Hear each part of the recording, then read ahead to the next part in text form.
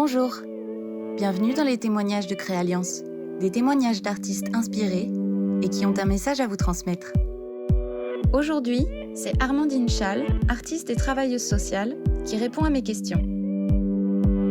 Bonjour à toi et merci pour ta participation. Où habites-tu actuellement ? J'ai pas bougé. J'habite toujours dans mon appartement à Montreuil. Est-ce que tu t'y sens bien ? Je m'y sens super bien. Avec mon coloc, nous avons réaménagé salon et chambre. Et un des avantages d'être à Montreuil, c'est que j'ai toujours l'impression d'être dans un petit village animé, même en temps de confinement. Qu'est-ce que tu as appris en général et sur toi pendant le confinement ? J'ai d'abord profité du confinement pour me perfectionner en design génératif, en créant des petits programmes sur Processing. Ensuite, j'ai voulu corser le niveau et m'essayer à la vidéo. Donc j'ai conçu des images pour un clip. Et ça m'a fait un bien fou d'expérimenter des choses sans obligation de réussite, en laissant ma créativité me dicter uniquement ce que j'avais envie de faire, mais aussi en créant sans obligation de montrer ce que j'expérimente. Et puis, j'ai profité du confinement pour m'engager dans une association qui met à l'abri des femmes à la rue. Cela faisait un moment que j'avais envie de m'engager sur le terrain et pas juste de travailler dans le monde des idées.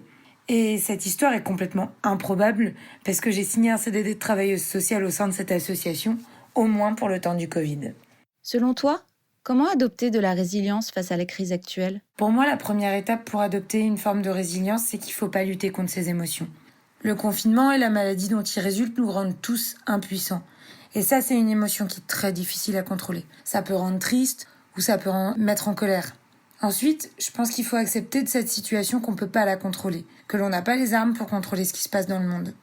Enfin, si on est vraiment résilient, l'on se rend compte que l'on peut avoir les armes pour son propre bien-être, qu'à une petite échelle, on peut reprendre le contrôle d'abord de ses émotions, puis de tout son environnement. Et dès lors, pour moi, on n'est plus confiné physiquement, parce que dans la tête, on voyage de ouf.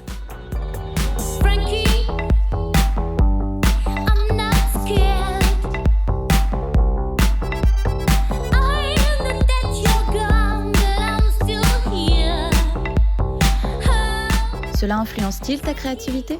À fond. Il se passe pas une douche, un trajet de tram sans que j'ai une nouvelle idée.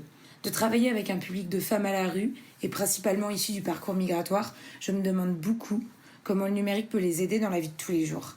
Elles ont toutes des smartphones, alors comment protéger leur papier d'identité, garder contact avec leur famille, trouver les ressources et les aides pour comprendre la cacophonie administrative française.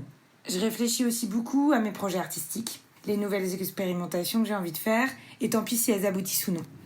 J'ai envie de continuer à expérimenter l'image parce que j'ai trouvé ça super amusant. Peut-être en créant un jeu vidéo avec le personnage de la Linéa. Je sais pas si tu te souviens de ce bonhomme ronchon dans une des émissions d'Arte quand on était petite. Ou créer un système de projection d'images applicable au Minitel. Ou peut-être juste scanner un billet de 20 € et voir ce que je peux faire avec. Après, le projet qui me prend le plus de temps et d'énergie, c'est le projet La fille à personne. Mon projet de slam spoken word.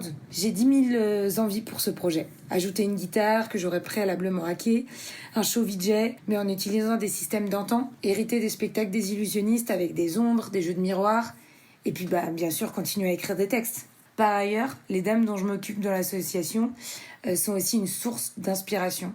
Elles peuvent être pestes, mais dans l'ensemble, elles font preuve de beaucoup de résilience, de sororité, et elles prennent soin les unes des autres. C'est beau à voir, et j'ai commencé à écrire dessus.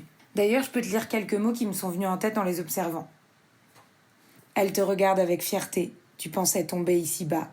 La sororité te retient dans ses bras. Ma fille, tu découvres la sécurité. Quels sont tes projets, tes envies, tes rêves pour les prochains mois ? J'en ai plein. Depuis 1 an, je suis un feu d'énergie positive que même le confinement ne suffit pas à éteindre. D'abord, le 19 mai, j'attends une réponse pour intégrer à la rentrée une formation d'éducatrice spécialisée. J'ai vraiment envie de bosser avec les publics en réinsertion, partager nos résiliences et surtout agir. Je me sens vraiment à ma place quand je prends la double casquette et d'artiste et de travailleuse sociale. Et dans le désordre, passer le permis moto, préparer une nouvelle exposition solo, faire un stage de drag king, tomber amoureuse, retourner en Roumanie. Et pour mes 30 ans, j'ai le projet un peu taré d'organiser un concert caritatif dont les fonds iront à une association aidant les enfants placés à s'insérer une fois qu'ils ont 18 ans. Tu savais qu'ils constituaient près de 30% des SDF en France ? C'est ouf. Et enfin, j'ai envie de continuer à exaucer mes rêves, surtout les plus fous. Merci encore pour ta participation. À très vite. Alors que les vrais amateurs, n'est-ce pas, n'aiment pas le bruit, ils aiment la musique.